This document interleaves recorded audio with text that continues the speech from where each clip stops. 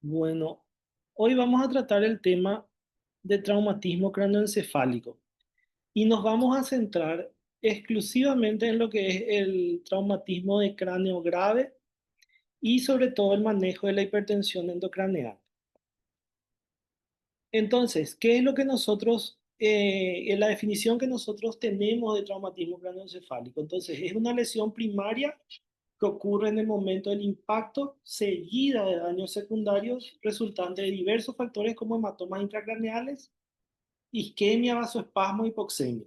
Podemos clasificar según la escala de gravedad del Glasgow en leve, cuando tenemos una alteración del Glasgow de 14, de 14 a 15 en la escala de Glasgow. Moderada, con una alteración del Glasgow de 9 a 13 y una grave cuando nuestro Glasgow ya está por debajo de 8. Eso es la clasificación con la escala de Glasgow. También definimos el traumatismo craneoencefálico grave, aquel que aparte de tener una puntuación de Glasgow entre 3 a 8, tenemos también un paciente que de forma brusca deprime su Glasgow en 3 puntos o más. Normalmente, como dijimos, es secundaria a una lesión cerebral de etiología traumática y también dentro de este entran las lesiones cerebrales por malos tratos, sobre todo el tema del shaking baby. Esto es la definición del Pediatric Head Trauma que se lanzó en febrero del 2024. En cuanto a las causas, normalmente en menores de 2 años suelen ser las caídas y los malos tratos. En mayores de 2 años solemos ver accidentes de tránsito, caídas de bicicleta o accidentes deportivos. Y en los adolescentes normalmente son accidentes de tránsito, de motocicleta o automóvil. En cuanto a la clasificación, ya hablamos y es basada en la escala de Glasgow. Dijimos que leve es 14 a 15, moderado es 9 a 13 y grave es menor a 8.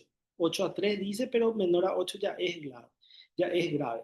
Ahora, nosotros nuestra evaluación del Glasgow tenemos que hacer una vez que el paciente fue resucitado, recibió una buena cantidad de líquido, solucionamos los temas de hipotensión o hipoxemia. ¿Por qué? Porque un paciente en shock, un paciente que tiene de repente, que está hipovolémico, un paciente que está con alguna hipoxia, alguna lesión, nos puede dar una escala de Glasgow alterada. Entonces, básicamente, para que nosotros evaluemos bien el Glasgow del paciente, este paciente tiene que estar estable y fuera del choque. Muchas veces nos ocurre, por ejemplo, que el paciente, no digo de repente en caso de traumatismo craneoencefálico, pero en otras situaciones que vienen, te presentan un paciente que, por ejemplo, convulsionó, recibió midazolam, recibió diazepam y te dicen altera su Glasgow. Es obvio que va a alterar su Glasgow porque recibió esa medicación. Entonces, para que nosotros podamos hacer una buena evaluación de la escala de Glasgow, tenemos que tratar de solucionar todos los problemas negativos que tiene el paciente y estabilizarlo para que sea fidedigno nuestro Glasgow. En cuanto al puntaje de Glasgow, una lesión menor a 12 ya sugiere una lesión craneal grave y un Glasgow de 8 sugiere ya la necesidad de intubación y ventilación porque este paciente ya se le dificulta mantener la vía aérea. Y un Glasgow menor a 6 sugiere ya la necesidad de la monitorización de la presión intracraneal. Esta, yo saqué el manual de terapia intensiva de la SLACIP que fue lanzado hace 2 años, creo, que es lo último que manejan ellos. En cuanto a la lesión primaria, nosotros hablamos de una lesión primaria cuando, cuando es directamente consecuencia del accidente. Nuestra lesión primaria es consecuencia directa del impacto que recibió el paciente y en este momento le lleva a esa situación. Entonces, ¿cuáles son los tres mecanismos básicos de lesión? Y bueno, uno es un cambio brusco en la presión en la zona de impacto. Dos, la aceleración y desaceleración que normalmente nos genera la lesión axonal difusa, que básicamente en los pacientes pediátricos, por el tema de que la cabeza es más grande que el resto del cuerpo, los mecanismos de aceleración y desaceleración en un trauma suelen ser los principales mecanismos de traumatismo en estos pacientes. Después tenemos las lesiones por torsión, rotación, arrancamiento de vasos, fibras, que otra vez pueden provocar otro tipo de lesiones como fracturas con o sin hundimiento, que pueden hacer hematomas, aumento de la presión cerebral, las contusiones parenquimatosas. O sea, dentro de las lesiones por rotación, torsión y arrancamiento, que normalmente se dan por el mecanismo de aceleración y desaceleración, muchas de ellas, y las fracturas por la zona de impacto, básicamente las principales lesiones y las más importantes se dan por el mecanismo de aceleración y desaceleración. O sea, yo creo que Mm. eso entraría, eso ya sería la principal causa, como se dice, de las lesiones, sobre todo en niños pequeños. En pacientes adolescentes y más grandes tenemos otro tipo de lesiones, pero en pacientes pequeños suelen ser más por la aceleración y desaceleración, por el tema que hablamos de que la cabeza es más grande que el resto del cuerpo, entonces las velocidades de aceleración y desaceleración influyen más en ellos. Cuando hablamos de lesión secundaria, ya hablamos de las consecuencias de la lesión primaria que presentó el paciente. Entonces, y ahí es donde viene la importancia de los primeros auxilios, de la atención inmediata al paciente y las decisiones que nosotros tomamos después de eso. Son las lesiones provocadas por insultos sistémicos o intracraneales, entonces que aparecen minutos, horas e incluso días posteriores al traumatismo. La reducción de la mortalidad y de secuelas obedecen, dice, al mejor control y prevención de la lesión secundaria. O sea que si nosotros prevemos todas las lesiones secundarias, le oxigenamos bien al paciente, hacemos una buena resucitación en el traslado, hacemos un buen manejo del cuello del paciente, le ponemos oxígeno, le estabilizamos, le resucitamos, entonces nosotros vamos a estar previniendo las lesiones secundarias. Muchas veces podemos tener una lesión primaria que no es tan grave, pero las lesiones secundarias son las que después complican al paciente.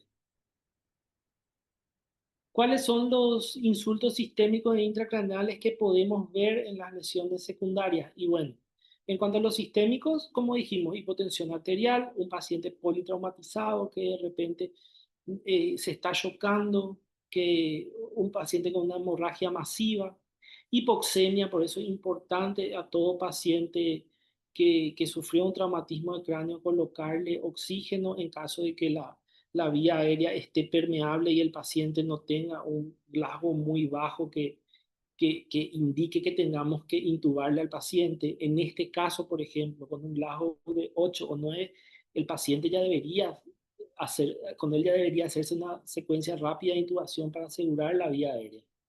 Una hiporcapnia, hipercapnia, anemia, hipertermia, hiponatremia, hipernatremia, hipoglucemia, hipoglisemia, esto durante la internación del paciente, acidosis, el síndrome de respuesta inflamatoria sistémica y la hiperactividad adrenérgica que se da por todo el trauma y el shock. Y en cuanto a las secundarias intracraneales, podemos encontrar la hipertensión endocraneal, el vasoespasmo cerebral, las convulsiones, el edema cerebral, la hiperemia, herniación cerebral, las pérdidas de autorregulación, la disrupción de la barrera hematoencefálica que vemos de repente, sobre todo en las hemorragias, la apoptosis, la necrosis y la excitotoxicidad, que normalmente las lesiones isquémicas y las lesiones traumáticas que rompen las células y hay liberación de sustancias intracelulares a nivel cerebral que pueden producir inflamación. O sea, la lesión primaria es la causa directa de del trauma. Ahora, la lesión secundaria es todo esto que nosotros vemos posterior al trauma. Entonces, que si nosotros no solucionamos esto, probablemente un paciente puede complicarse y eso aumenta el riesgo de mortalidad del paciente. Por eso la diapositiva anterior decía que si es que nosotros manejamos bien y prevenimos y controlamos la lesión secundaria, podemos incluso tener una reducción de la mortalidad. En cuanto al edema cerebral, es una respuesta inespecífica ante los ataques cerebrales y el edema puede estar presente de forma focal o de forma difusa. Normalmente en la fase aguda puede ser citotóxico. Cuando hay un aumento en la permeabilidad celular, normalmente esto podemos ver el citotóxico, por ejemplo, en traumatismos focales, fracturas con hundimiento y muchas veces en lesiones isquémicas. Y el vasogénico que se caracteriza por aumento de la permeabilidad vascular, que es por una barrera hematoencefálica porque es por una lesión de la barrera hematoencefálica donde solemos ver de repente en las hemorragias con salida de sangre a nivel subaracnoideo o a nivel cerebral. Y el intersticial, que es a través el trasudado del líquido a través del sistema ventricular y normalmente puede producirnos hidrocefalia o de repente por hemorragia puede haber obstrucciones de la circulación del líquido cefalorraquídeo por sangre. Y el edema cerebral traumático normalmente es mixto, porque es citotóxico y vasogénico. ¿Por qué es citotóxico? Porque directamente por acción del trauma hay una ruptura celular, se vuelcan, como se dice, contenido celular al intersticio. Hay una respuesta inflamatoria sistémica, hay un CIRS por el trauma y aparte de eso tenemos la disrupción de la barrera hematoencefálica donde puede haber sangrado, puede haber un volcado del líquido, puede haber de repente vasoespasmos, puede haber, o sea, un montón de cosas que alteran los vasos sanguíneos. Entonces, por eso normalmente el traumatismo del cráneo suele ser de origen mixto.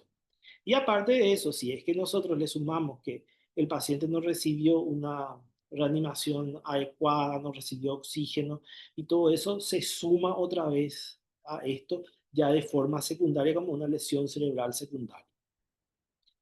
En cuanto a la evaluación inicial, bueno, el objetivo es la evaluación del ABC que tenemos que hacer en todo paciente que tiene un traumatismo de cráneo y en ese momento iniciar la protección cervical y la discapacidad. La, la hipotensión y la hipoxia son contribuyentes importantes, dicen la lesión cerebral, entonces si tenemos una presión arterial por debajo del percentil 5 para la edad, podemos tener peores resultados neurológicos. Y después, más adelante, les voy a explicar por qué es tan importante una PA adecuada.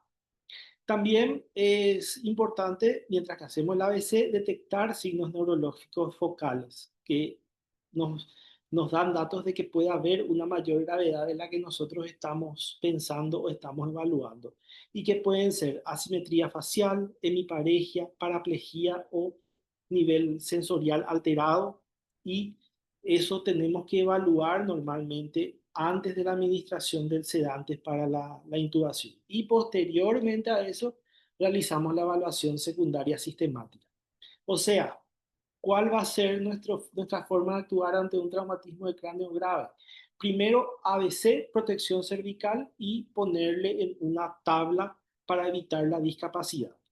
Segundo, vamos a asegurarle darle buen oxígeno al paciente en caso de que haya sido un politraumatismo, tratar de pasarle líquido y mientras que le estamos haciendo todo eso, tratar de detectar estos signos neurológicos focales. Si es que vemos que el paciente de repente no tiene ninguna de estas discapacidades, pero bruscamente disminuye el Glasgow o ya está luego con un Glasgow de 8, todo el resto del examen físico tiene que esperar, le intubamos al paciente y posteriormente hacemos la evaluación secundaria sistemática.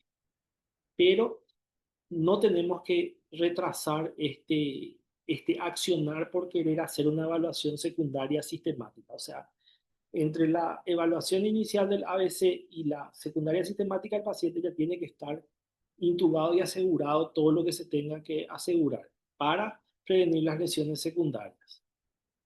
En cuanto al tratamiento prehospitalario, bueno, lo primero, si el paciente está en paro cardíaco, es iniciar la RCP para evitar la hipoxemia y la hipotensión arterial. Segundo, eh, como dijimos, al ser el cerebro inmaduro, con más cantidad de agua, mielinización incompleta, y aparte el mecanismo de trauma que suele ser aceleración y desaceleración, que por el tamaño de la cabeza con respecto al cuerpo se magnifican a diferencia de lo que ocurre con los adultos. Entonces, tenemos que pensar siempre que estos pacientes van a hacer una lesión axonal difusa. Y eso también hace que sean más susceptibles a la hipoxia e hipotensión con pérdida de la autorregulación cerebral.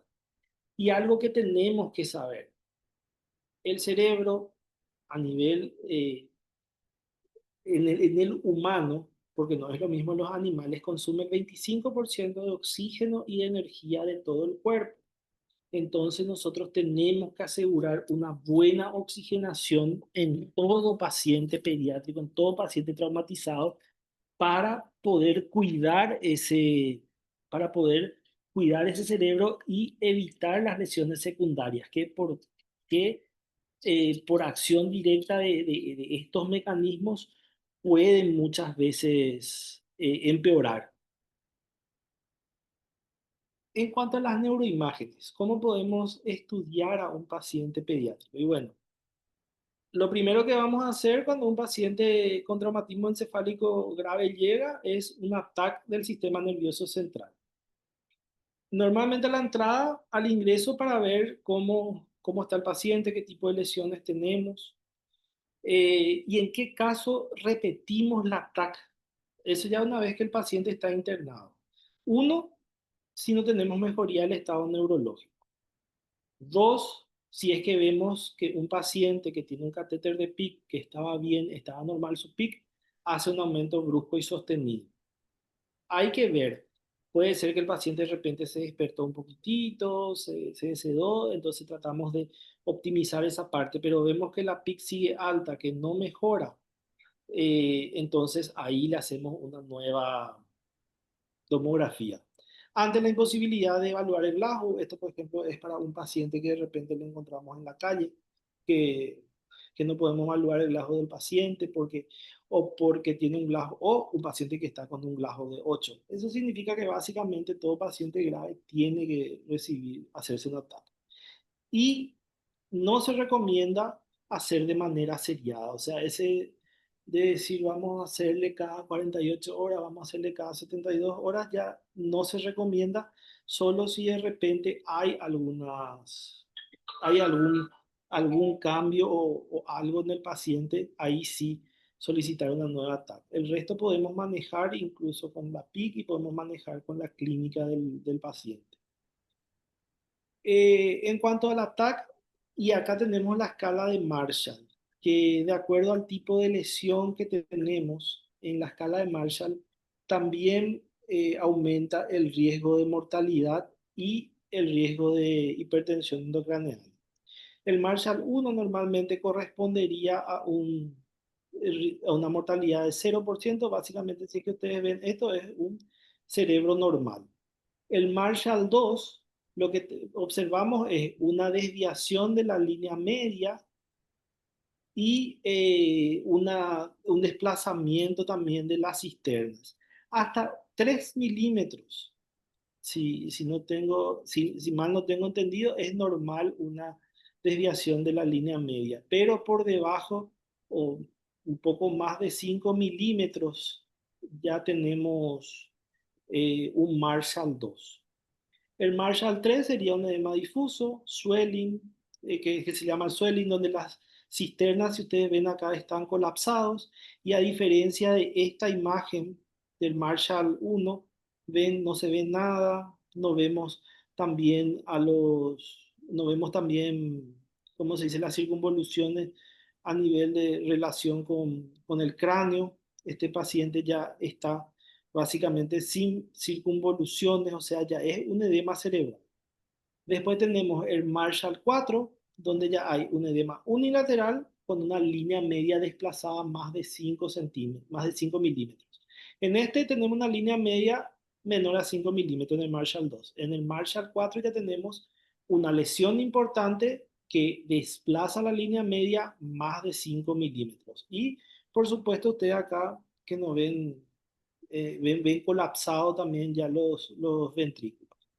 El Marshall 5 es una lesión evacuada quirúrgicamente. Aquí probablemente fue la lesión y se sacó ya la sangre, ya fue evacuado. Y el Marshall 6, cuando ya hay una densidad alta o mixta de más de 25 centímetros y que no está evacuado quirúrgicamente. Esa entonces es la escala de Marshall. Entonces, ¿para qué nos sirve la escala de Marshall? Nos habla de el riesgo que tiene el paciente de presentar una hipertensión endocraneana, por un lado, y por otro lado, también nos habla del riesgo y la mortalidad que puede tener este paciente. ¿Cuáles pueden ser los hallazgos en la tomografía computarizada? Bueno, y uno de ellos pueden ser las fracturas óseas, por eso siempre es importante pedir una ventana ósea cuando nosotros pedimos la tomografía. Idealmente, eh, importante luego pedir si está dentro de de lo que podemos hacer, una tomografía general luego del cuerpo, si se puede con contraste oral y contraste endovenoso para también detectar lesiones abdominales y todo eso. Pero si no es posible, necesitamos de repente con tiempo pedir una tomografía de cabeza y cuello y sobre todo una ventana ósea. Normalmente las fracturas óseas oscilan entre el 2 al 20% y es el hueso parietal el más afectado. Y los pacientes que pueden presentar más fracturas son los pacientes escolares mayores y los adolescentes debido a que la osificación del cráneo ya es total. Sin embargo, en los más pequeños, como todavía no hay una osificación muy importante, por decir así, le protege un poco más de las fracturas. Pero en los más grandes tenemos que evaluar eso. Y bueno, los tipos de fracturas que pueden ser únicas, múltiples, lineales, con diástasis, sin diástasis, deprimidas o no. Y la fractura de base de cráneo, como por ejemplo el hemotímpano, otorrea, rinorrea con salida al LCR, que puede producir un hematoma retroauricular o periorbitario en los ojos de mapache.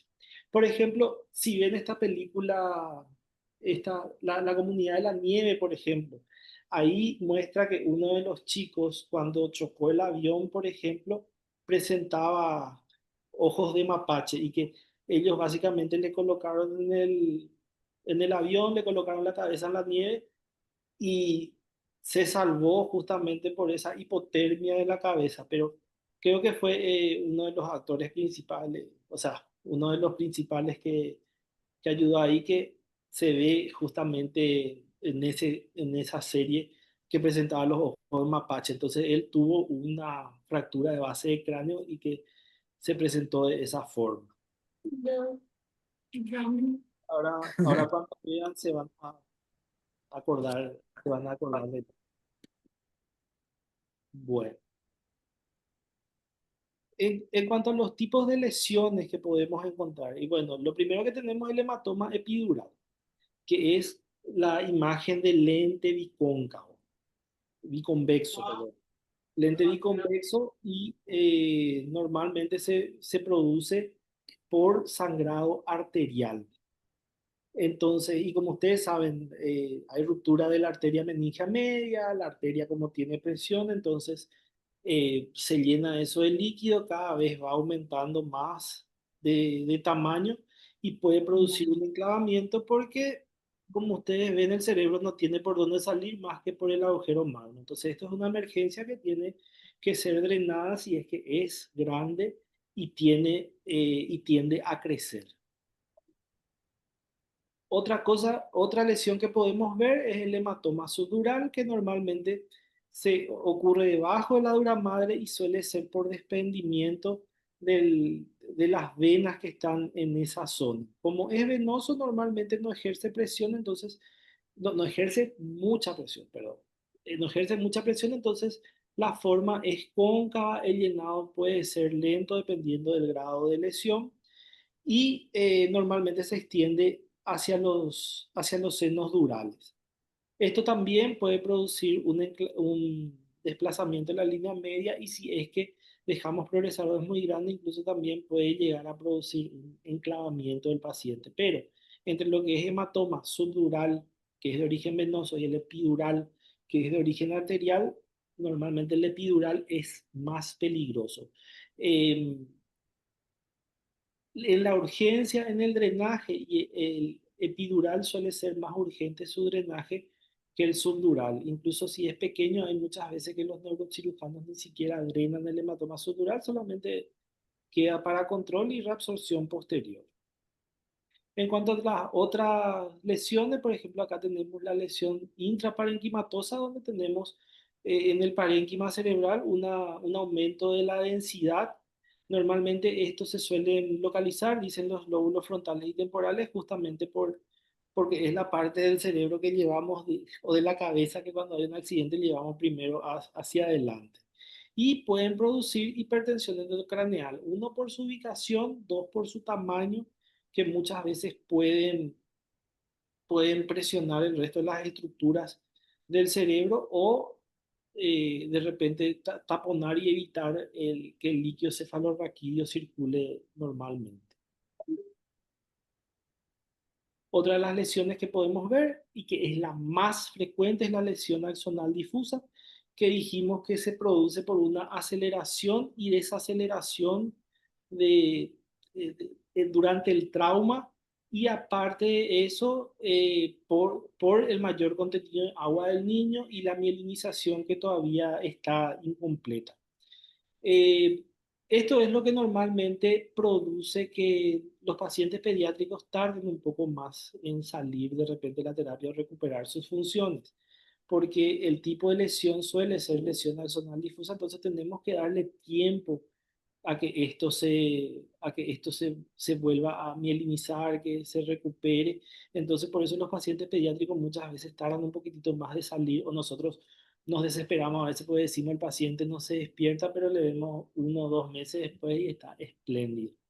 Y normalmente, como les digo, es la lesión más frecuente, o sea, es común de repente que encontremos hematomas, que encontremos hemorragia y lesión axonal difusa en los pacientes pediátricos. Eso es súper frecuente y tenemos que estar controlando. Después tenemos el swelling cerebral, que básicamente es un edema, que puede ser intra o extracelular, donde nosotros acá vemos, se ve como la televisión de antes, que no se veía nada, tenemos poca diferenciación entre sustancia blanca y gris. Si ustedes ven acá, nos observan las cisternas, nos observan los ventrículos, básicamente se ve como un cerebro que está aplastando o empujando hacia afuera, o sea, no vemos ninguna estructura. Es un área de baja densidad donde nosotros, las lesiones son difusas y no podemos hacer mucha diferenciación entre sustancia blanca y gris. Después está la hemorragia subaracnoidea, que es un aumento de la densidad a nivel de las cisternas, incluso el tentorio y el o cerebral, que es por las arterias piales y venas corticales. Esto es, no miren esto. Esta es la hemorragia subaracnoidea. Esto que ven en los espacios en los surcos subaracnoideos. Esta es la hemorragia esta es un segundito, voy a silenciar acá los micrófonos. Esta es la hemorragia subaracnoidea. Y bueno, ¿y qué estudios solicitamos al ingreso? Solicitamos todos los estudios que tenemos que solicitar en un paciente traumatizado. Hemogramas, plaqueta y gasometría para evaluar las transfusiones si es que el paciente requiere gasometría, para evaluar el estado ácido básico del paciente, regular la oxigenación, regular el APCO2, que vamos a ver después cuál es su importancia. Las químicas, los perfiles renal, hepático y enzimas pancreáticas en caso de un politraumatismo, para ver si no hubo lesiones de otros órganos, una crasis, CK total y CKMB, para ver si no hubo también un traumatismo torácico que pudo haber golpeado el corazón, y muchas veces nos va a servir también para ver si hubo alguna hipoxia, hipotensión o alteración a nivel cardíaco. Las imágenes, radiografía de tórax anterior, radiografía de pelvis, sobre todo también Acuérdense que la pelvis de repente sangra mucho y no se detecta muchas veces la fractura si es que no pedimos, y una radiografía lateral cervical que abarque C1 a C7. Que si es que nosotros realizamos un ataque de cráneo, tenemos que incluir también de cuello, entonces podemos obviar ya esa radiografía lateral cervical y, como se dice, matamos dos pájaros de un tiro. Y como les dije, de ser posible, un barrido tomográfico en el paciente y de ser posible traer el barrido tomográfico si puede ser contrastado con doble contraste para detectar si es que hay alguna ruptura de alguna víscera hueca o algún sangrado o algo. Eh, Me acuerdo que nuestro jefe, el doctor Franco, nos solía decir así: ¿para qué le vas a hacer un barrido tomográfico si es que no lo haces con contraste? Hacele un barrido tomográfico contrastado, de ser posible con doble contraste. Pero hay muchas cosas que no vas a ver con un barrido tomográfico. Y bueno, y por supuesto que cuando el paciente llega a la urgencia, una ecofase. Eso también tenemos que hacerle, y los chicos que ahora están haciendo el curso de ultrasonografía pediátrica, uno de los temas es una ecofase y tienen que aprovechar ese curso y hacerle al paciente traumatizado, usted nomás, Adiós. una ecofase. Un niño de 9 años que Luli, tiene seis Luli, a bueno, el ingreso de Luli, niño de 9 años. Bueno, la monitorización que tenemos que monitorizar de forma continua: frecuencia cardíaca, frecuencia respiratoria, la saturación por oximetría de pulso, la presión intracraneana, la diuresis y, de ser posible, la saturación del bulbo de la yugular, que normalmente es imposible porque tenemos que lograr que básicamente la punta de nuestra vía llegue a la yugular o colocar una vía en esa zona. Y normalmente por accidente hacemos, pero cuando necesitamos no lo logramos. Bueno, y acá empieza el concepto de lo que es neuromonitorización multimodal. ¿Y en qué consiste la neuromonitorización multimodal? Bueno, lo primero que tenemos que hacer es medir la presión intracraneal y la presión de perfusión cerebral. ¿Qué es la PIC? Es el parámetro fundamental para evaluar un paciente con, eh, evaluar un paciente con traumatismo grave. ¿Qué nos permite la PIC? Nos permite el cálculo de la presión o ver cuánto es la presión dentro del cerebro. ¿Dónde puede colocarse el catéter de PIC? A nivel intraventricular, subdural o intraparenquimatoso. En esas tres posiciones nosotros podemos tener el catéter de PIC. Siempre importante cuando le hacemos un catéter de PIC ver dónde está su posición y según eso para poder evaluar. También tenemos que calcular la presión de perfusión cerebral. ¿Y cómo nosotros hallamos la presión de perfusión cerebral? Restando la presión arterial media menos la PIC. Nosotros siempre tenemos que mantener una presión de perfusión cerebral adecuada. ¿Qué significa eso? Que a mayor PIC que tenga el paciente, nuestra presión arterial media también tenemos que tratar de subir un poco para poder mantener una buena presión de perfusión cerebral. O sea, ¿qué pasa si es que nuestra PIC aumenta y nuestra presión es baja? Entonces nuestra presión de perfusión cerebral va a bajar. Entonces, por eso siempre es importante que nuestro paciente esté con una presión arterial media entre percentil 5 o 50, o de ser posible un poco más arriba de eso, para poder asegurar una buena presión de perfusión cerebral. ¿Qué es lo que recomienda la Brain Trauma Foundation? Mantener una PIC por debajo de 20 milímetros sin especificar la edad del paciente y con, por más de que el paciente esté con cráneo abierto. Pero otra vez después tenemos también la PIC ideal según la edad del paciente.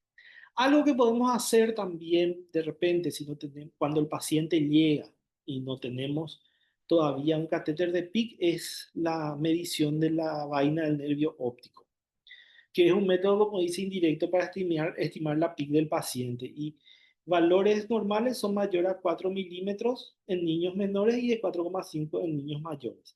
Si es que estos puntos son superiores a 4 milímetros o 4,5, normalmente estamos con un paciente que tiene una PIC mayor a 20 milímetros de mercurio. Que sé que también de repente en los cursos de ultrasonografía también hay una clase que habla de ecografía ocular y hacen la medición de la vaina del nervio óptico. Entonces, mientras que el paciente se hace su tomografía, llega a la terapia, se le estabiliza, esperas que neurocirugía te llame para hacerle algo, entonces podemos agarrar el ecógrafo y ver si podemos medir la vaina del nervio óptico. Y si tenemos más de 4,5 milímetros, le podemos decir ya al neurocirujano, sabes que apuren todo porque probablemente la PIC del paciente está elevada por esta causa. Es un método cómodo que se hace, que se puede hacer rápidamente y al pie del paciente, sin necesidad de movilizarle mucho. Y nos va a servir para poder tomar decisiones también rápido. En cuanto a los valores normales de PIC y perfusión, presión de perfusión cerebral, de 0 a 5 años, una PIC normal es de 1,5 a 6, con una presión de perfusión cerebral mayor a 40. De 6 a 17 años, una PIC normal de 8 a 15 con una presión de perfusión cerebral mayor a 50, y mayores a 18 años lo ideal es una PIC normal de 10 a 15 con una presión de perfusión cerebral de 50 a 60. Estos son los objetivos que nos tenemos que plantear cuando evaluamos la PIC del paciente y tomamos las decisiones de manejar la hipertensión endocrinal. Si no nos recordamos esto, si nos cuesta recordar esto, entonces lo que tenemos que hacer es tomar como valor 20. 20 es malo. 20 significa hipertensión endocrinal que tenemos que tratar. En cuanto a las ondas de PIC, cuando nosotros evaluamos o tenemos un catéter de PIC y está conectado al monitor, podemos observar tres tipos de ondas. Acá vemos, por ejemplo, la onda P1. Esta onda está relacionada con la presión arterial sistólica y lo que nos representa es la pulsación arterial de las arterias a nivel del cráneo. La onda P2 lo que nos habla es de la distensibilidad cerebral. Y la onda P3 normalmente está relacionada con la presión diastólica y representa la presión venosa. Este gráfico que ustedes ven acá es un gráfico normal. Entonces, P1, presión sistólica, la pulsación arterial dentro del cráneo. P2, la distensibilidad cerebral. Y P3, la presión diastólica, o sea, la presión venosa. Y acá vemos el gráfico, vemos una onda patológica, donde obviamente tenemos un aumento de la P2, que es la distensibilidad cerebral que está disminuida probablemente por acumulación de líquido. Entonces, ¿qué vamos a ver? Un descenso de la presión o un aplanamiento en todo este caso de la P1, que es la presión sistólica. ¿Por qué? Porque la distensibilidad está disminuida, entonces, ¿qué hace eso? Que la sangre llegue al cerebro, pero que no tenga fuerza suficiente para impulsar sangre. Y por supuesto tenemos una P3 o una presión diastólica también un poco elevada. ¿Por qué? Porque la sangre, al paciente estar, como se dice, con hipertensión endocrinal, también tiene una dificultad de salida. Entonces, nosotros siempre que colocamos el monitor de PIC tenemos que evaluar también no solo el valor que nos está dando el monitor, sino también tenemos que evaluar cómo está la onda. Y ahora, ¿qué podemos hacer con esto? Y bueno, lo primero que podemos hacer es de repente mejorar la distensibilidad cerebral. ¿Cómo hacemos esto? Y con las medidas antiedema. Segundo, podemos mejorar nuestra P1. ¿Cómo hacemos esto? De repente podemos aumentar los inotrópicos porque esta disminución de nuestra P1 nos habla de una presión de perfusión cerebral baja. Entonces, tenemos que tratar de ver cómo compensar mientras tratamos de solucionar todos estos temas. O sea que ven cómo todo va relacionado, o sea, eh, al aumentar la presión a nivel cerebral, disminuye la distensibilidad o aumenta, disminuye la distensibilidad cerebral, entonces aumenta esta presión y por consiguiente nos colapsa o nos evita que llegue buena sangre al cerebro y dos, que salga también la sangre que llega, o sea, nos afecta la presión sistólica y diastólica. Entonces siempre evaluar, mirar no solo el valor de pic y decir, ah, bueno, está en 20 o está en 18 o bajó a 15, pero vemos que nuestras curvas están hechas un quilombo. Y las ondas de pic, después tenemos las ondas conocidas como las ondas de Lumber, que se clasifican otra vez como onda A, onda B y onda C. Las ondas A son ondas que se presentan, que se pueden presentar de forma brusca, que son estas que vemos acá, las ondas A de Lumber. Y pueden durar de 5 a 20 minutos, alcanzando incluso valores de 50 a 100. ¿Y de qué nos habla la onda de Lumber o para qué nos sirve esa alteración que vemos? Porque si es que ustedes ven, no es lo mismo esto que ver esto. Entonces, ¿de qué nos habla eso? Que normalmente es una alteración severa de la dinámica del líquido cefalorraquídeo y una disminución en la compliance o elasticidad intracraneal, que eso se traduce por pequeños cambios de un tiempo de 5 a 10 minutos de duración donde hay grandes aumentos de la presión. Entonces, si es que nosotros tenemos un trazado que es un poco alterado y de repente empieza a presentar ondas A, ahí el paciente tiene que ir a una intervención inmediata para poder prevenir el daño. Después tenemos las ondas B, que básicamente son estas, las ondas B, donde hay unas fluctuaciones rápidas de la PIC, también duran pocos minutos y pueden llegar hasta una amplitud de 50. Y eso está relacionado con alteración de la respiración y fluctuaciones de la PA. Y está más relacionado con alteraciones del flujo sanguíneo. Las ondas A están más relacionadas con el tema de la PIC y de la dinámica del líquido cefalorraquídeo, y las ondas B es más de autorregulación del flujo cerebral y flujo sanguíneo. Y las ondas C, que son estas que vemos acá, son más pequeñas y están asociadas a los ciclos cardíacos y respiratorios. Básicamente no es tan significativa como la onda A y B, pero nos habla de que hay una regulación alterada de la PIC.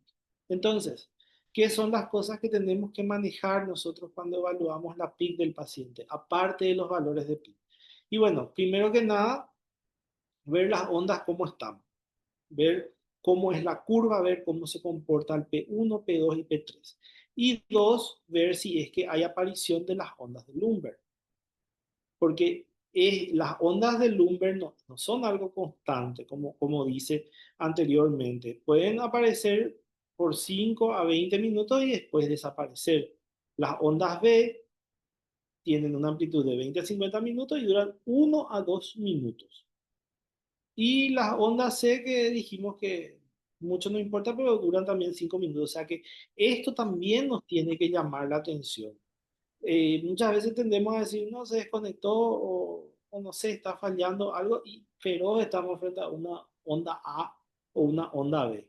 Y no va a ser constante, va a ser de unos minutos de duración y después va a desaparecer y vamos a volver de repente a tener estos gráficos. Pero ya tenemos un llamado de alerta que nos tiene que llamar que nos tiene que básicamente llamar la atención. En cuanto al flujo sanguíneo cerebral, entonces, cuando nosotros evaluamos el flujo sanguíneo cerebral, podemos hacerlo. Un segundito, voy a silenciarle. Alguien está con su micrófono abierto. En cuanto al flujo sanguíneo cerebral, podemos también evaluar a través del Doppler transcraneal, donde nosotros podemos ver cómo es el flujo de sangre, cómo está circulando la sangre. Lo importante es la velocidad baja, que normalmente está asociada a un flujo cerebral disminuido por causas intracerebrales o sistémicas. Si es que tenemos una velocidad alta, no nos ofrecen muchos datos y normalmente las velocidades bajas pueden ser por aumento de la PIC, hipotensión arterial grave, hipocamia. O sea, cuando nosotros evaluamos el flujo sanguíneo cerebral, ¿qué es lo que básicamente nos importa? Que la velocidad no esté baja. Si es que la velocidad está normal o está elevada, no, bueno, sería muy optimista decir nos quedamos tranquilos porque eso nunca ocurre, pero lo que nos tiene que llamar la atención son las velocidades bajas. Y como dice aquí, es uno de los métodos actualmente que se utilizan también para diagnosticar la muerte encefálica. Cuando nosotros evaluamos, ¿verdad? El cerebro, también tenemos que tener en cuenta ciertas cosas. eh, los niños que muchas veces no tienen una mielinización, que no tienen todavía un cráneo totalmente cerrado, que básicamente eso muchas veces ayuda también a que salga más fácilmente porque no hay tanta hipertensión endocraneana y nosotros evaluamos el flujo sanguíneo cerebral. Lo que nos interesa es el flujo sanguíneo de la arteria cerebral media, porque muchas veces estos niños pueden tener la circulación a nivel lateral, pero la parte media de repente está colapsada o no hay flujo cerebral y eso nos puede dar ya un diagnóstico de que el paciente está o en muerte cerebral o está en un sufrimiento donde no tiene mucha, donde no tiene, ¿cómo se dice? No le llega sangre. A mí me tocó ver varias veces pacientes que de repente tenían diagnóstico de muerte cerebral, se hizo una tomografía contrastada y tenía circulación lateral a nivel del cerebro, pero no teníamos circulación ante la arteria cerebral media y sobre todo vemos eso de repente en neonatos por otras causas o pacientes que todavía no tienen una osificación completa del cerebro. Entonces, básicamente lo que nos va a dar el diagnóstico es cómo está el polígono de Willis, la arteria cerebral media, más que las laterales. Cuando hacemos una tomografía contrastada, o de repente cuando evaluamos por ecografía. En cuanto a la monitorización cerebral de la oxigenación, y bueno, básicamente los más utilizados es la monitorización de la saturación de O2 en la vena yugular, la espectroscopía de infrarrojo cercano y la presión tisular de oxígeno en el tejido cerebral, que no tenemos forma de hacer. Nosotros controlamos con la gasometría y la saturación periférica. En cuanto al electroencefalograma, lo que nos proporciona es información sobre la actividad eléctrica del cerebro. Es esencial para detectar las convulsiones, incluida la duración y la respuesta a la terapia, y puede ayudar a predecir el resultado del coma.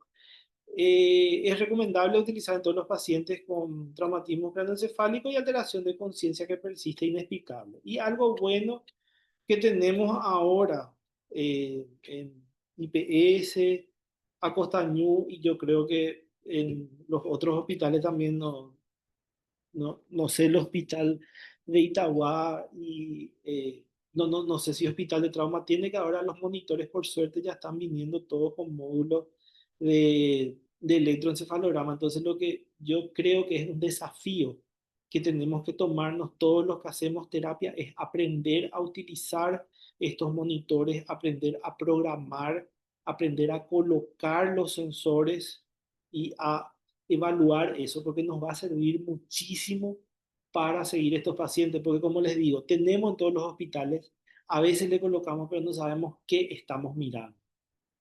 Y entonces empezar a sacarle el jugo a esos monitores que tenemos y sobre todo nos va a servir muchísimo porque nos va a permitir, uno, no hacerle de repente anticonvulsivantes al paciente que no requiere. Y dos, una vez que el paciente está en coma, que está intubado, poder detectar cómo está su actividad cerebral y detectar las convulsiones subclínicas de estos pacientes. O sea, ¿qué significa eso? Las convulsiones que nosotros no podemos ver. Hay muchas veces que incluso para solucionar el tema de la hipertensión intracraneana del paciente que no se despierte, tenemos que hacerle de repente que básicamente no es lo ideal, bloqueantes neuromusculares y ahí perdemos el control de si es que el paciente está convulsionando o no. Entonces, sería muy interesante aprender a usar nuestros monitores, aprender a programar y saber cómo colocar y todo eso y sacarle el jugo a esos monitores, sobre todo en los pacientes neurológicos y con traumatismo de cráneo, para poder detectar si es que hay convulsiones subclínicas en estos pacientes. En cuanto al tratamiento y manejo de la hipertensión endocraneal, y bueno, vamos a empezar con las medidas generales. Primero, la utilización combinada de sedantes y analgésicos. Benzodiazepina como midazolam por sus propiedades. Uno, antiepilépticas, amnésicas y ansiolíticas. Y dos, los opiáceos como morfina y fentanilo. Y muy importante, cuando nosotros vamos a hacer cualquier procedimiento en el paciente, movilización del paciente, baño, eh, cambio de pañal, colocación de sonda, extracción de repente, extracciones de sangre que impliquen pincharle al paciente, hacerle un analgésico y una dosis extra de sedantes. Porque todo esto, por más de que el paciente muchas veces esté dormido, algo puede generar dolor y eso puede hacer que aumente su estrés, por decir así, y aumentemos de repente la PIC de forma transitoria o haya un aumento brusco de la presión arterial. Entonces, siempre que nosotros vamos a hacer cualquier procedimiento en un paciente, tenemos que reforzar, si le vamos a mover y todo eso, la sedación y la analgesia. Anteriormente creo que se utilizaba lidocaína, después al terminar vamos a discutir con la gente que está en trauma y eso también, si se pudieron conectar para ver qué nos pueden aportar, ¿verdad? En cuanto a la ventilación mecánica, siempre la secuencia de intubación en un paciente con traumatismo de cráneo tiene que ser una secuencia rápida con el objetivo de evitar la hipoxemia, como dijimos, evitar una lesión secundaria.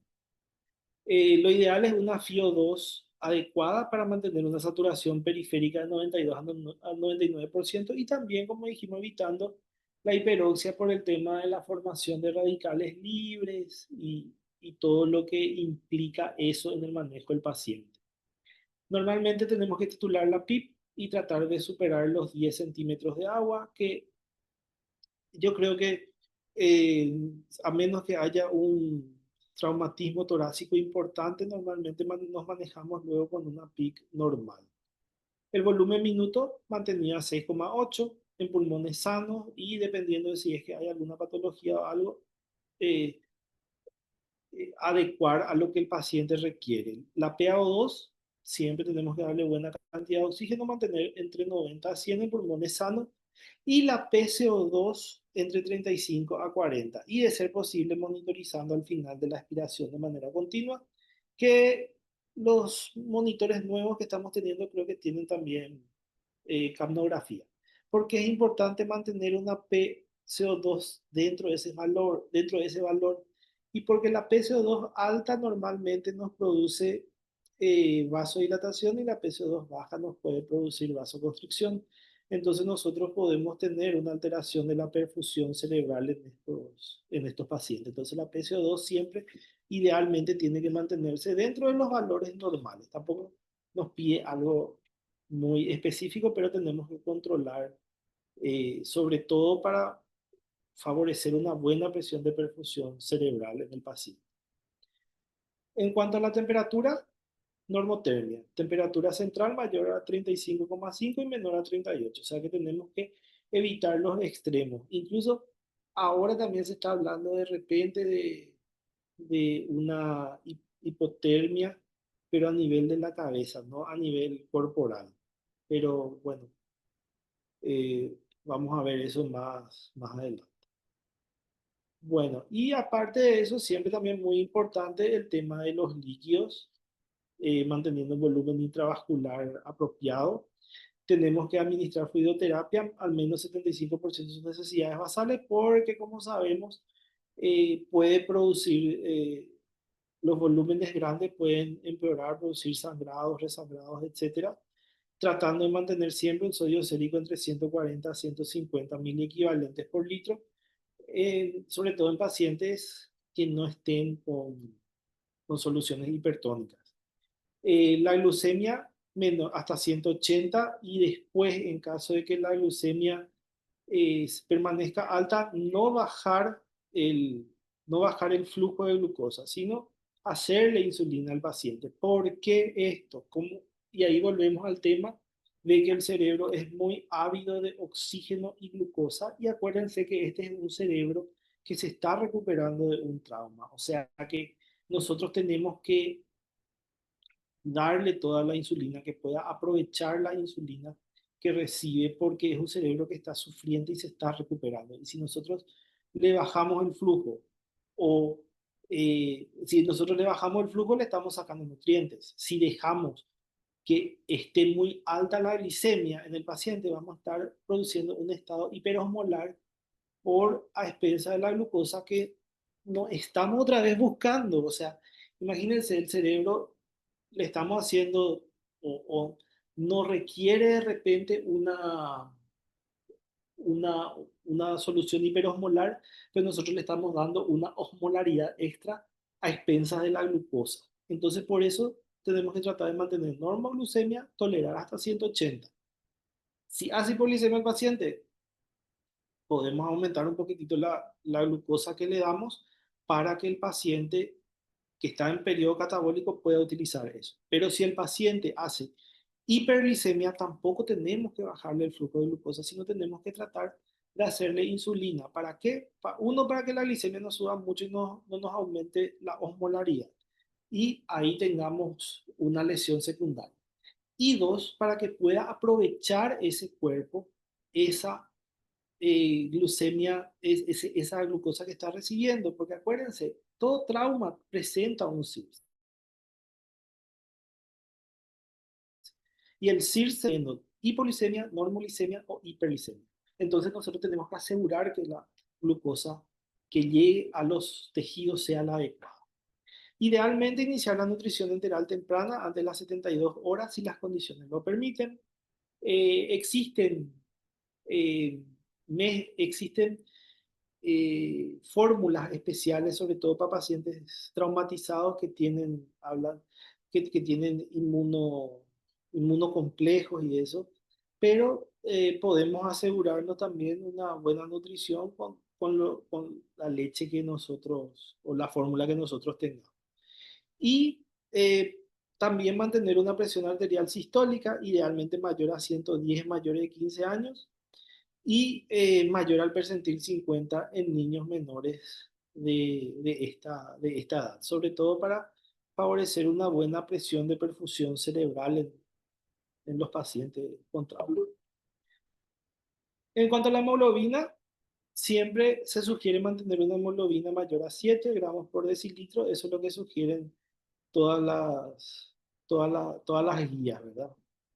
En cuanto a los tratamientos de la coagulopatía, se recomienda tratar las anormalidades, sobre todo eh, antes de insertar el catéter de PIC, y nuestra meta tiene que ser una INR de 1.6. La cabecera elevada mínimo 30 grados y menos de 45, y dice en posición media, que es la posición neutral, que yo creo que todos hacemos eso normalmente.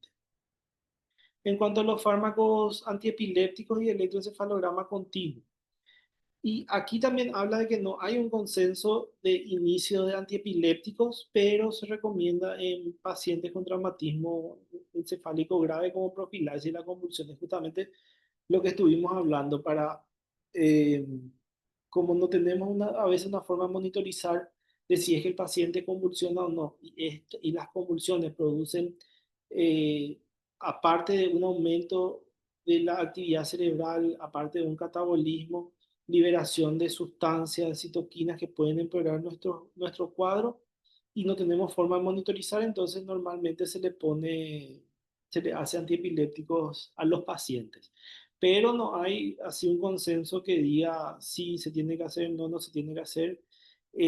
Si mal no recuerdo anteriormente, por ejemplo, sobre todo en pacientes donde tenían lesiones focales, o de repente fracturas con desprendimiento de hueso, nosotros solíamos indicar anticonvulsivantes de entrada, por lo menos 7 días y después tratar de ir sacando una vez que vamos también disminuyendo los sedantes, sacando de repente si es que el paciente requirió, si es que de repente el paciente requiere bloqueantes neuromusculares y nos pueden pasar las convulsiones desapercibidas, se suele hacer anticonvulsivante. Y como puse ahí, sobre todo pacientes con lesiones focales.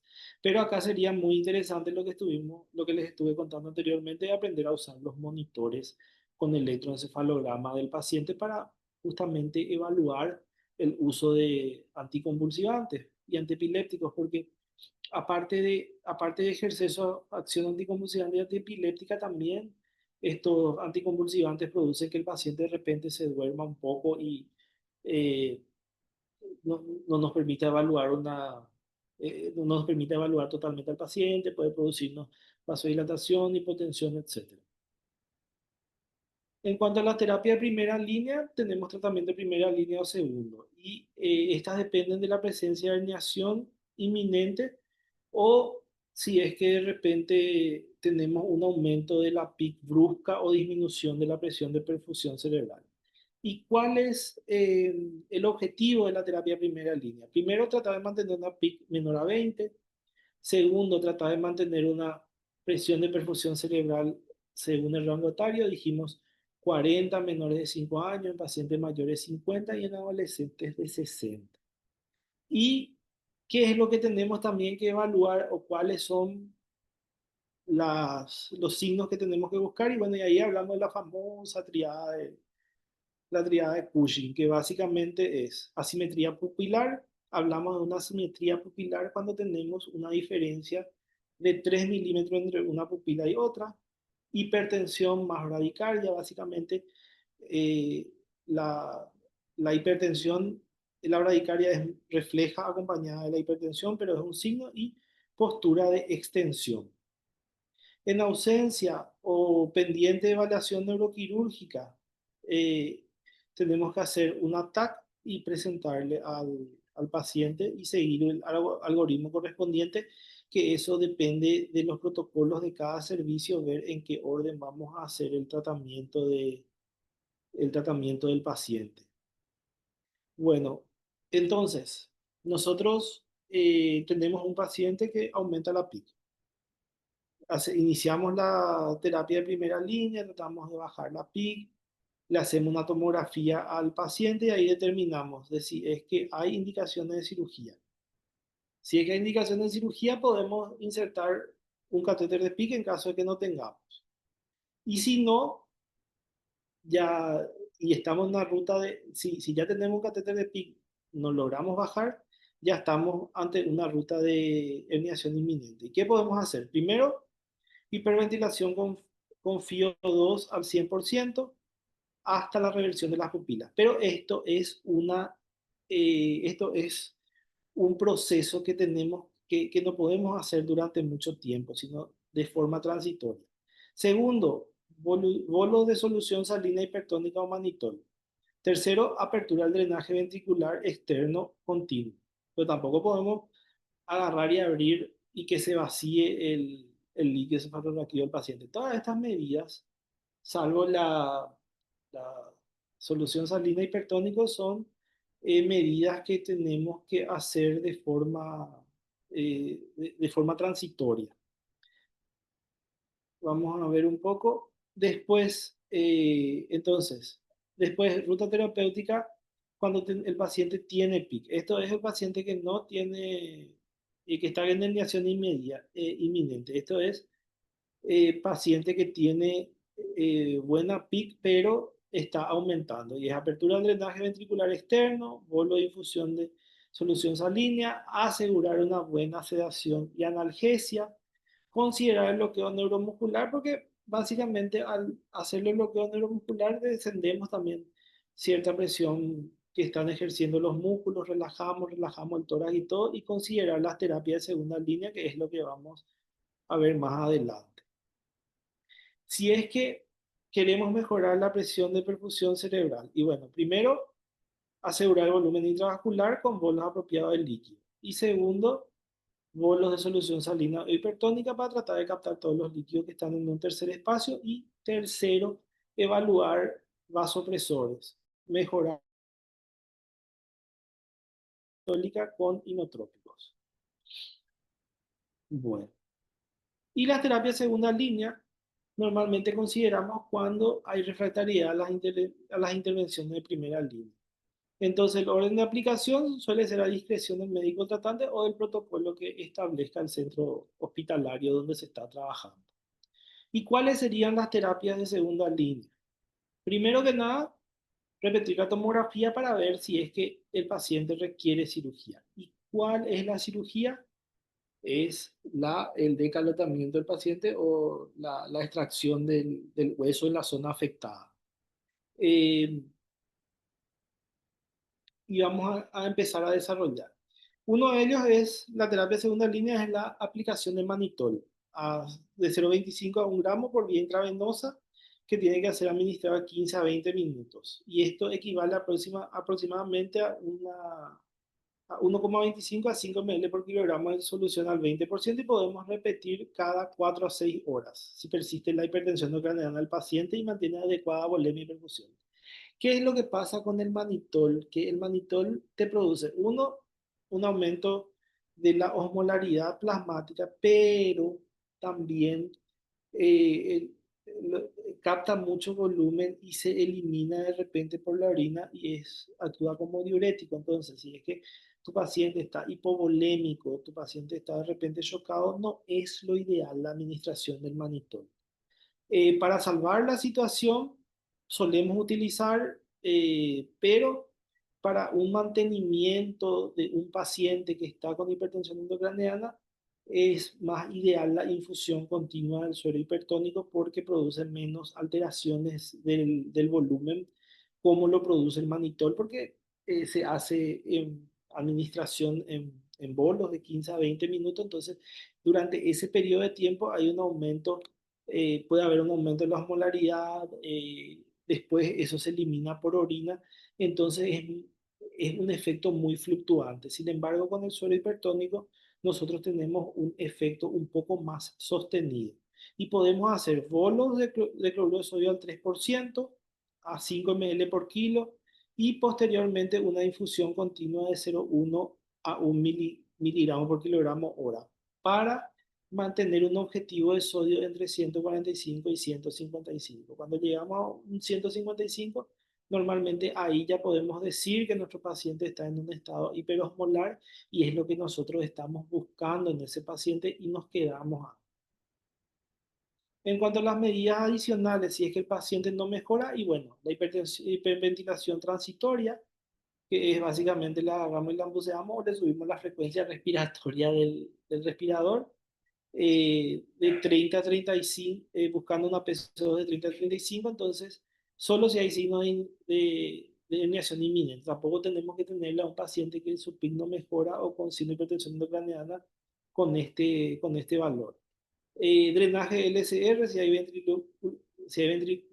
ventriculostomía, perdón, entonces abrir el catéter de PIC y sacar un poquitito de líquido cefalorraquídeo que tampoco podemos dejar abierto para que no sea que se nos seque el cerebro de nuestro paciente, hablando mal y pronto. El coma barbitúrico, que normalmente usamos tiopental o pentobarbital en crisis refractarias, que podemos hacer una carga de tiopental de 3 a 5 miligramos por kilogramo en 10 minutos y podemos repetir esto cada 15 a 30 minutos hasta lograr el descenso de la PIC y un mantenimiento de 1 a 5 miligramos kilogramo hora y ajustar según la respuesta clínica de la PIC. O podemos usar pentobarbital sódico a una dosis de carga de 5 miligramos por kilogramo en 15 minutos y repetir cada 3 horas. O hacer un goteo continuo 1 a 3 horas por miligramo kilogramo hora. ¿Cuál es el problema con, los, con estos medicamentos? Que nos puede producir mucha hipotensión en el paciente. Y acuérdense que la hipotensión en un paciente que está con una lesión cerebral no es lo ideal por el tema de que tenemos que mantener una buena presión de perfusión cerebral en este paciente. Y si todas las medidas médicas no funcionan vamos a una craniectomía descompresiva. Em, eso es ¿cómo se dice? Esa es la terapia de segunda línea. Ahora, ¿cómo vamos a ir nosotros actuando o cómo vamos a qué es lo que nosotros vamos a ir haciendo o si vamos a hacerle primero la craniectomía y si no funciona eso, le vamos a hacer el coma barbitúrico y todo eso? Bueno, eso ya depende del servicio donde esté y los protocolos que nosotros establezcamos de acción en este tipo de pacientes. En cuanto al retiro del tratamiento, normalmente se tiene que iniciar cuando las variables se normalizan, eso significa PIC y presión de perfusión cerebral, y se mantienen estables por 2 a 24 horas. ¿Y cómo hacemos el retiro de estas terapias? Y en el orden inverso en que fueron aplicándose. Por ejemplo, le hicimos tiopental último, o sea, le hicimos primero su sedación, su bloqueo neuromuscular, le hicimos después su tiopental. Entonces vamos a retirar primero su tiopental, después vamos a tratar de sacar los bloqueantes neuromusculares, después vamos a ir sacando ya los sedantes, despertándole al paciente. Si hicimos hipertónica, antes de sedarle al paciente vamos a tratar de salir de la hipertónica, o sea, de esa forma nosotros vamos descomplejizándole al paciente y tratando de ¿cómo se dice? Tratando de sacando la terapia para ir despertándole ya al paciente.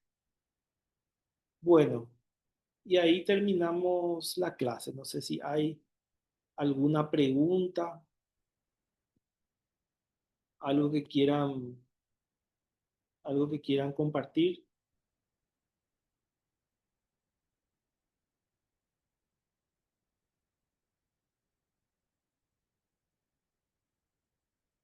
Alguien que quiera acotar algo, Darío, Tania, Natalia, Liz, que está también en hospital de trauma,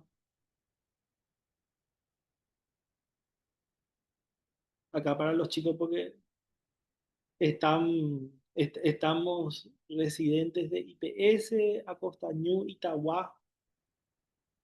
No sé si la gente de clínicas también se conectó porque les había invitado también a lo del CMI. Natalia, no sé si querés decir algo también. No, qué excelente tu clase, Guido. Genial. Y bueno, si no hay Gracias. preguntas, gracias a ustedes, a los asistentes. Si no hay preguntas, entonces podemos dar por terminada. Voy a estar subiendo esta clase en mi canal de YouTube.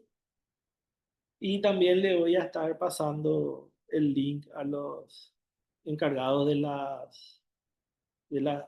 los residentes también para que puedan ver más adelante. Y si es que quieren, les puedo pasar también esta clase. Y bueno, muchas gracias a todos y nos vemos próximamente. Chao, chao.